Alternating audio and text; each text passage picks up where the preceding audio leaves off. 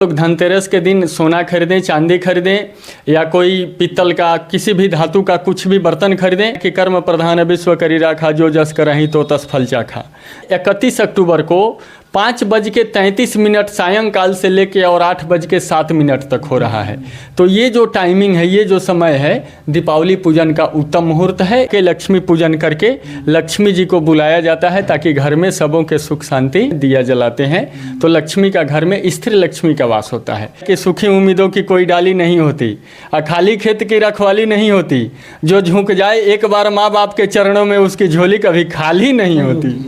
कर्ज से परेशान है, ऋण से परेशान है, दुख दरिद्र से परेशान है, इन सारी समस्याओं की मुक्ति के लिए धनतेरस का पुनीत पर्व त्यौहार मनाया जाता है। रंग बिरंग का विभिन्न किस्म का अश्लील गाना बजते हुए जा रहा था। अब की बार जो हुआ बिल्कुल कहीं नहीं बजा हुआ है। बिल्कुल बजा है, इसमें तो ऑर्केस्ट्रा भी हुआ है। हम लोग वास्तविकता में नहीं जी रहे हैं, केवल आडंबर में जी रहे हैं। नमस्कार, मैं आलोक सिंह और आप देख रहे हैं बढ़ता भारत न्यूज़। अभी हम मौजूद हैं आचार्य जी जो कि काफ़ी फेमस है और आए दिन ये वायरल चल रहे हैं। कहीं ना कहीं लोगों के प्रति ये बढ़िया मैसेज देने के कार्य कर रहे हैं। अभी दशहरा पूजा में इनका वीडियो काफ़ी वायरल हुआ। आचार्य संतोष मिश्रा जी हैं जो कि प्रॉपर बिहार में चंपारण में घर इनका है, चंपारण के बेतिया में घर इनका है। सबसे पहले आपका बहुत बहुत स्वागत है। आपका भी बहुत बहुत धन्यवाद और आपके दर्शकों को भी मेरे तरफ से कोटि कोटि दंडवत प्रणाम, धन्यवाद और साधुवाद। हिंदुओं का पावन पर्व जो कहा जाता है तो दीपावली है, छठा रहा है। तो दीपावली में धनतेरस क्यों मनाया जाता है? धनतेरस की कथा जो है, समुद्र मंथन के समय भगवान धन्वंतरी उत्पन्न हुए थे, ठीक है ना। और ये प्रत्येक वर्ष कार्तिक कृष्ण पक्ष त्रयोदशी तिथि को मनाया जाता है, ठीक है। जो धन त्रयोदशी यानी धनतेरस इस वर्ष 29 अक्टूबर 2024 रोज मंगलवार को 11 बजे के बाद से मनाया जाएगा, ठीक है। और धनतेरस के दिन अकाल मृत्यु से रक्षा के लिए, कर्ज से परेशान है, ऋण से परेशान है, दुख दरिद्र से परेशान है, इन सारी समस्याओं की मुक्ति के लिए धनतेरस का पुनीत पर्व त्यौहार मनाया जाता है। तब तो आपके अकॉर्डिंग धनतेरस दिन किसी का मृत्यु नहीं होगा इस धरती पे? जन्म और मृत्यु जो है ना, अटल सत्य है। ये सत्य नहीं है, अटल सत्य है। कहा गया है कि 6 चीज़ जो है, हानि लाभ जीवन मरण जस अपजस विधि हाथ है। बरसात आने वाला है तो बरसात को रोकने की क्षमता किसी के अंदर है क्या? नहीं है। लेकिन अब कोई कहे कि हम बरसात के समय में छतरी भी नहीं लगा सकते हैं, तो छतरी तो लगाया जा सकता है कि नहीं लगाया जा सकता है? अगर आपके पास और क्षमता है तो आपको 4 व्हीलर में 4 चक्का गाड़ी में बैठाया जा सकता है कि नहीं बैठाया जा सकता है? बिल्कुल।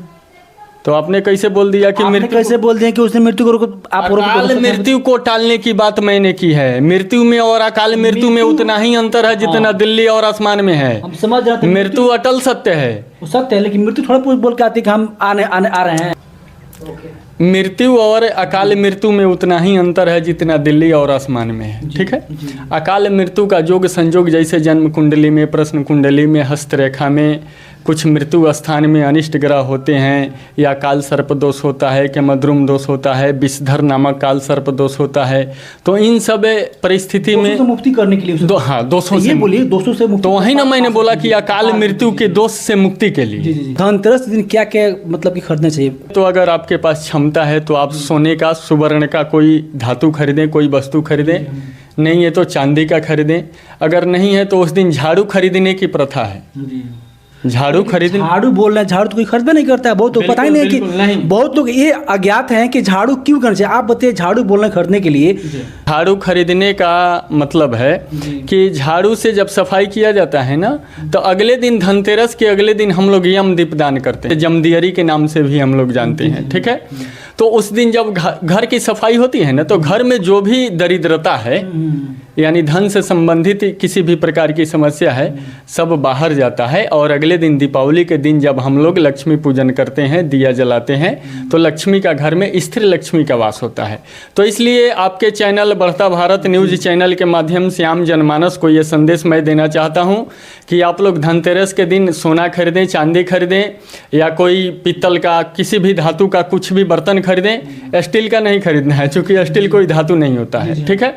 चांदी का सिक्का खरीद सकते हैं, लेकिन उसके साथ साथ आप लोग एक झाड़ू और नमक का एक पैकेट आप लोग अवश्य खरीदें। नमक का पैकेट खरीदने से क्या घर में जो भी ग्रह दोष वास्तु दोष होता जी, है जी। सबका समूल नाश होता है। घर में जो भी उपस्थित दरिद्रता है, दुख दारिद्र है, आदमी किसी भी असाध्य बीमारी से ग्रसित है, किसी भी समस्या से ग्रसित है, सबका समूल नाश होता है। एक चीज़ प्रथा आती आ रही है हमारे भारत में, जमदीरी को बाहर निकाला जाता है तो कोई पुरुष उसको देख नहीं सकता है, तो ऐसा ये अवधारणा क्यों बनी होती है कि अशुभ बनाता है इसको? नहीं, ऐसा बात नहीं है। ये किसने कहा कि कोई पुरुष नहीं देख सकता है?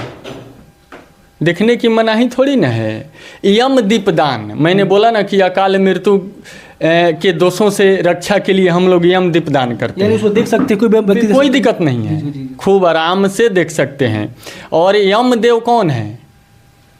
इस कलयुग के भगवान सूर्य, जिनके उदित किरणों की भांति हम सबों के जीवन में प्रकाशमय होता है, उसी भगवान सूर्य के छाया पुत्र हैं यमदेव, जो दो भाई हैं, शनिदेव और जी, जी, जी। शनिदेव, ठीक है ना। तो चतुर्दशी के दिन, जिसे हम लोग नरक चतुर्दशी भी कहते हैं, क्या कहते हैं? नरक चतुर्दशी।